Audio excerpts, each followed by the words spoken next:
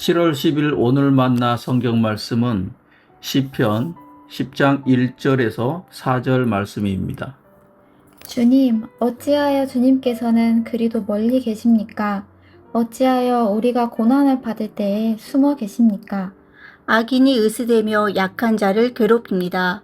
악인은 스스로 쳐놓은 올가미에 스스로 걸려들게 해 주십시오.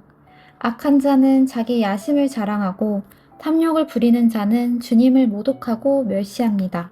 악인은 그 얼굴도 뻔뻔스럽게 벌주는 이가 어디에 있느냐, 하나님이 어디에 있느냐고 말합니다. 그들의 생각이란 늘 이러합니다. 아멘. 오늘 만나로 만나주시는 하나님을 기대합니다. 오늘 시편에는 하나님이 계시지 않는 것 같다고 말하는 두 인물이 등장합니다. 한 사람은 시인이고 다른 한 사람은 시인이 악인이라고 부르는 사람입니다. 겉으로 보면 두 사람 모두 하나님의 부재라는 공통적인 주제를 말하는 것처럼 보입니다. 그러나 자세히 들여다보면 두 사람의 마음은 전혀 다른 방향을 향하고 있습니다. 먼저 시인의 질문부터 살펴보도록 하겠습니다. 1절 말씀입니다. 주님, 어찌하여 주님께서는 그리도 멀리 계십니까? 어찌하여 우리가 고난을 받을 때에 숨어 계십니까? 이 장면은 참 아이러니합니다. 시인은 하나님이 숨어 계신다고 말하면서도 바로 그 하나님께 질문하고 있습니다.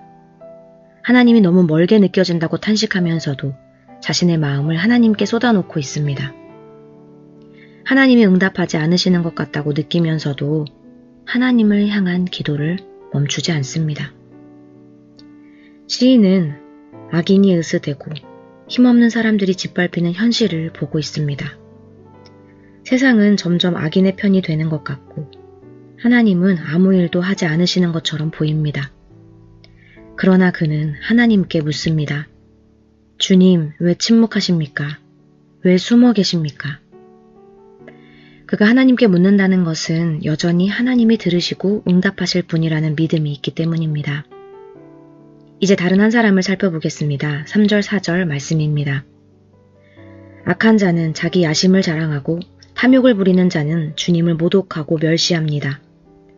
악인은 그 얼굴도 뻔뻔스럽게 벌주는 이가 어디에 있느냐, 하나님이 어디에 있느냐라고 말합니다. 그들의 생각이란 늘 이러합니다. 악인은 시인과 정반대입니다. 그도 하나님에 대해 말합니다. 그러나 하나님께 말하지는 않습니다. 그는 하나님이라는 존재 자체를 무시하면서 하나님을 삶에서 의도적으로 밀어냅니다. 본문에서 말하는 악인이란 하나님의 존재를 철학적으로 부정하는 사람이 아니라 하나님이 계시든 아니든 상관없이 살아가는 사람을 가리킵니다. 그래서 시인과 악인의 차이는 아주 분명합니다.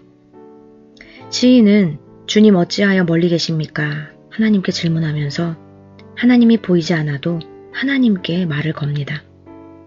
그러나 악인은 하나님이 어디 있느냐 질문하면서 하나님의 존재 자체를 삶에서 의도적으로 밀어냅니다. 두 사람 모두 하나님에 대해 말하고 있지만 한 사람은 하나님을 향해 말하고 있고 다른 한 사람은 하나님을 외면합니다. 겉으로는 모두 하나님의 부재를 이야기하는 것처럼 보이지만 한쪽은 믿음의 탄식이고 다른 한쪽은 교만한 외면입니다. 사랑하는 성도 여러분, 오늘 이 말씀 앞에 우리의 삶을 비춰보기 원합니다. 믿음이란 언제나 하나님이 선명하게 느껴지는 상태만을 의미하지 않습니다. 우리도 살아가다 보면 하나님이 침묵하시는 것 같고 너무 멀리 계신 것처럼 느껴질 때가 있습니다.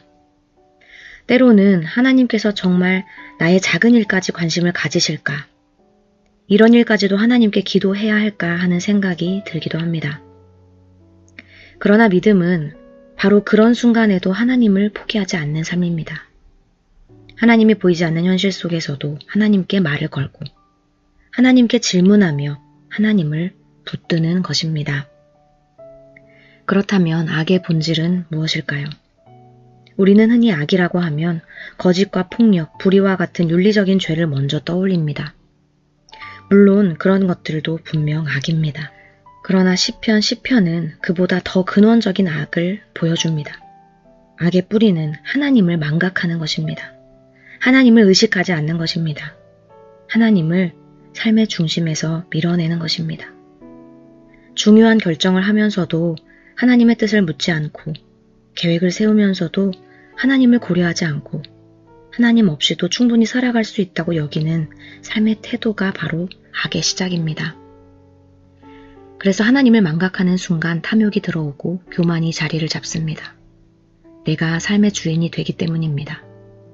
하나님이 계셔야 할 자리를 결국 자기 자신이 대신하게 되는 것입니다. 반대로 하나님을 바라보는 사람은 비록 하나님이 멀게 느껴질지라도 하나님께 나아갑니다. 이해되지 않아도 기도하고 응답이 더디게 느껴져도 기다리며 힘겨운 현실 속에서도 하나님을 붙듭니다. 믿음은 모든 것을 이해하는 데서 시작되는 것이 아니라 이해되지 않는 순간에도 하나님을 붙드는 데서 드러납니다. 오늘 하루 하나님께 질문하고 하나님께 우리의 마음을 쏟아놓기를 소망합니다. 그리하여 하나님을 망각하는 악인의 길이 아니라 하나님을 끝까지 붙드는 믿음의 길을 걸어가는 우리 모두가 되기를 간절히 소망합니다. 기도하겠습니다. 하나님, 우리 안에도 하나님을 망각하는 마음이 있다면 깨우쳐 주옵소서.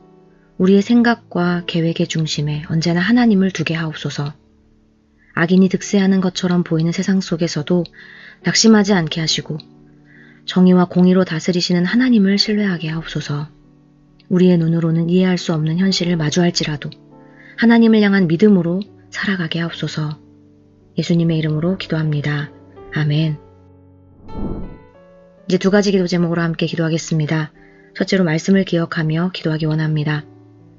우리의 입술이 하나님을 향한 기도를 멈추지 않게 하시고 우리의 발걸음이 하나님을 찾는 길에서 떠나지 않게 하옵소서. 하나님이 멀게 느껴지는 순간에도 하나님을 더욱 붙들게 하시고 하나님을 망각하는 악인의 길이 아니라 끝까지 하나님을 신뢰하며 따르는 믿음의 길을 걷게 하옵소서. 둘째로 소그룹과 순모임을 위해 기도하기 원합니다. 함께 기도하고 함께 말씀을 붙들며 하나님을 더욱 가까이 찾는 공동체가 되게 하옵소서. 각자의 고민과 질문을 나누며 하나님 앞에 함께 올려드릴 때 서로를 통해 위로하시고 믿음을 세워주시는 은혜를 경험하게 하옵소서. 이렇게 기도하신 후에 개인 기도하시겠습니다.